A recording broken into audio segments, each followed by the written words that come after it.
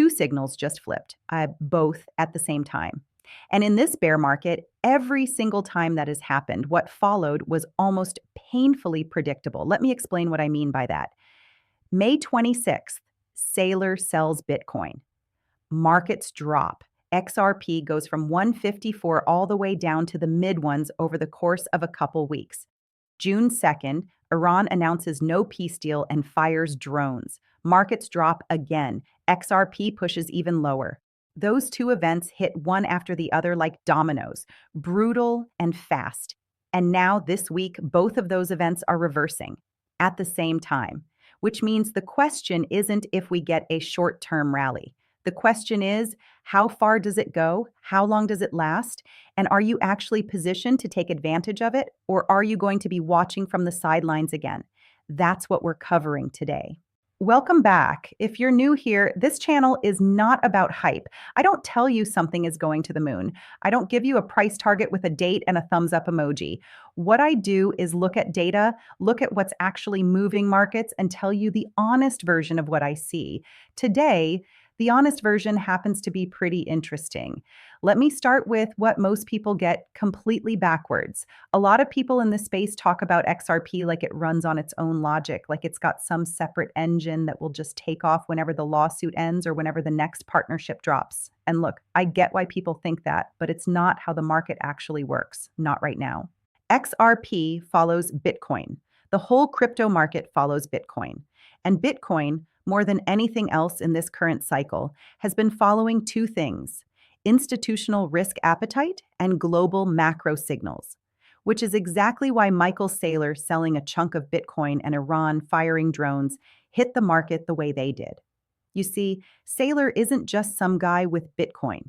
He runs Strategy. It's a publicly traded company that has basically become a leveraged Bitcoin vehicle. When he sells, the market doesn't read it as guy sells coin. The market reads it as the most visible institutional Bitcoin holder is de-risking. That is a completely different signal. That tells hedge funds, that tells treasuries, that tells every trader watching institutional flows something changed. And Iran matters because the entire Trump macro narrative this year has been built on the idea of deal making, tariff deals, trade deals, peace deals. Every time progress happens on that front, risk assets breathe. Every time it breaks down, they don't. So when you had Saylor de-risking and Iran walking away from the table in the span of a week, you had a 1-2 punch that told the market risk is off. And XRP dropped like a stone. Not because something changed fundamentally with XRP, because macro told it to. Now here's the part that matters for this week. Saylor is not just hinting at adding Bitcoin. He's doing that thing he does where he talks about adding dots and referencing on-chain accumulation patterns. If you've watched his communication style long enough, you know what comes after that: a purchase announcement, and not a small one. His most recent buys, I was looking at the data on this, and the circle sizes on Strategy's tracker are noticeably larger than earlier in the cycle. The capital allocation is going up, not down. And on the Iran side, the foreign minister is now meeting with Pakistani envoys in Tehran specifically to facilitate a back channel with the United States. That is not nothing. Pakistan has historically played the role of intermediary in U.S.-Iran indirect contact.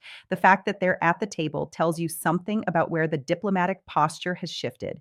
So the two things that caused the drop are both reversing course simultaneously.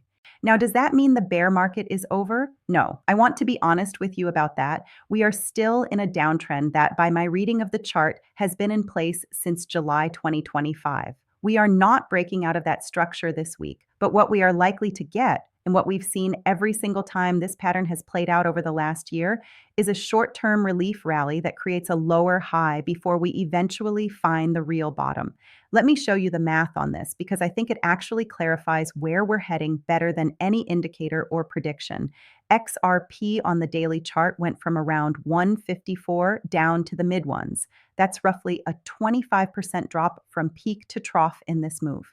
In the last 3 similar setups within this bear market, the relief rally after a compressed drop like this has covered between 12% and 18% of the previous range. If we apply that to where we are now, starting from the low we just hit, That gives you a price target somewhere between 128 and 132 on the high end, which is consistent with what the chart structure is showing. We have a clear resistance zone sitting right at 130, 132. That's where the bears have previously stepped back in. So the target isn't back to 150. I know some people want to hear that. It's not where we're going in this move. The honest target is 128 to 130, and that's the range you want to be thinking about if you're looking to trade around this. Now, here's the longer term math that I also want you to hold in your head. The total XRP supply is fixed 100 billion tokens. That's it. Of that, somewhere around 55 to 57 billion are in active circulation. Crypto quant data has been showing exchange reserves for XRP sitting near multi-year lows. Tokens are leaving exchanges and going into custody. That doesn't happen because people are giving up on a position. That happens because they're moving into long-term storage. At the same time, Ripple's ODL, on-demand liquidity volume has continued growing even through this bear market. The utility layer is expanding. The price is lagging. That's not a surprise. It's actually how these cycles always work. Price catches the narrative last. None of that changes the short-term setup. But I want you to understand that while you're watching this 130 target play out, the structural math underneath is getting tighter, not looser. If you've stayed this far, you already see something most XRP holders genuinely don't. But this next part is the one most people click off before they get to, and it's exactly why they'll be scrambling when you're already positioned. Here's what I find interesting when I zoom out past the noise of this week. Ripple acquired Hidden Road earlier this year. That's a prime brokerage platform, the type of infrastructure that institutional investors need before they will touch an asset at scale. You don't buy a prime brokerage just to keep doing what you were doing. You buy it because you're expecting a different class of participant to show up and need those services. They also acquired G Treasury, which is a tokenized treasury management tool. Think about what that combination tells you. Prime brokerage plus tokenized treasuries. That's the full stack that a mid to large institution needs to put XRP on their balance sheet, use it for settlements, and manage the surrounding compliance structure. Does a company build that infrastructure if they're guessing? Absolutely not. You don't make those acquisitions without visibility into where regulation is heading. And speaking of regulation, the Digital Asset Clarity Act, which actually passed the House earlier this year, draws a clear line between commodities and securities in a way that structurally benefits XRP. The SEC situation has been resolved. The legal uncertainty that kept most institutional allocators on the sideline for 2 years is gone. And yet the price has still not reflected that, which tells you that the institutional capital has not fully arrived yet. It's coming, but it's measured. It doesn't move because of a tweet. It moves when the infrastructure is ready, the custody solutions are in place, and the legal boxes are checked. Those boxes are being checked right now, quietly. While the retail crowd is staring at a red candle and asking if XRP is dead, that contrast between what institutions are building and what retail is reacting to is the most important signal in this market. And it's been there in plain sight for months. So what's the actual timeline here? Short term, and I mean this week, the window I'm watching is Monday through Thursday. One of those days, you should see the market start to confirm the rally. Peace talk headlines will do it, or a Saylor purchase announcement, probably both. The move to 128, 130, I think that plays out over the next 7 to 10 days if we don't get a curveball. And there is always the possibility of a curveball. Trump said this week he won't lift Iranian sanctions up front as part of any deal. That sounds tough, but it's also standard negotiating posture. Iran coming to the table is the signal. The exact terms get worked out later. Medium term, Q3 is when things start to get structurally more interesting. The Digital Asset Clarity Act, if it passes the Senate, clears the last major regulatory gate that is still technically in the air. That's the wait and see money becomes all in money moment. When that clarity arrives, the risk premium on holding XRP drops significantly. The price gaps to adjust for that fast. And longer term, I've been saying for a while that I think this bear market has one more lower low in it before we see the real turn. The next drop after this rally, I think that might actually be it. The final flush, the the bottom that everyone who's been waiting for gets their chance at briefly before the structure reverses. No guarantees. I'll say that every time because it's true every time. But that's the roadmap as I read it. Here's something I want you to think about regarding the bigger picture. Exchange reserves for XRP are near lows we haven't seen in years. That's not a figure I'm making up. That's on-chain data you can verify right now on CryptoQuant. Tokens are leaving public markets and going into long-term storage, institutional custody.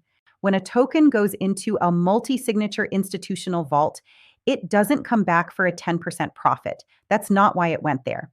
It comes back when it's worth holding versus deploying in a settlement, or when the institution decides to rotate, which happens on a timeline measured in years, not weeks. The math on this is actually straightforward. If the liquid supply keeps contracting while ODL demand keeps expanding, the price has to adjust upward eventually. It's not a prediction. It's what happens when you have a fixed supply and growing utility. The window where you can accumulate at these prices, the window where you can build a position before that institutional wave is fully visible to everyone. It's not permanent. It never is. Right now, you can still see the runway clearly. The question is what you do with that visibility. I know this market has been rough. I'm not going to pretend otherwise. We have been in a pattern of lower highs and lower lows since July of last year. That is almost a full year of this. And I understand the frustration that comes with watching that happen over and over, buying what looks like a dip, and then watching it dip again. But here's what I want you to ask yourself honestly. Has anything changed fundamentally about XRP's position in the global financial system? Has the utility thesis broken down? Has Ripple stopped expanding? Has the legal situation gotten worse? The answer to all of those is no. What has changed is the macro environment, and macro environments are cyclical. They always have been. The pain you're feeling right now is real, but pain and error are not the same thing. Sometimes the right position is also the uncomfortable one. That's kind of the entire point. Being early feels exactly like being wrong, right up until the moment the market catches up to the structure underneath it. And when it doesn't give you a lot of warning. It doesn't send a clear signal that says, okay, now it's safe, go ahead. It just moves fast. The people who are positioned when that happens are the ones who held through the part that felt worst. So let me bring it home. Two catalysts caused this drop. Both of them are reversing. The short-term setup points to 128 to 130 as the likely ceiling for this move. After that, we probably establish the next lower low, and that next low might be the one that actually matters. The final one before the turn. The structural picture underneath this is stronger than the price suggests. Institutions are building, reserves are draining, regulation is clearing, and the people complaining loudest about the price right now will be the same ones trying to chase it when it finally moves. The calendar doesn't care about your fear. The math doesn't move for your doubt. Position accordingly. Smash that like button if any of this made sense. Subscribe if you're not already. I'll see you in the next one. Much love.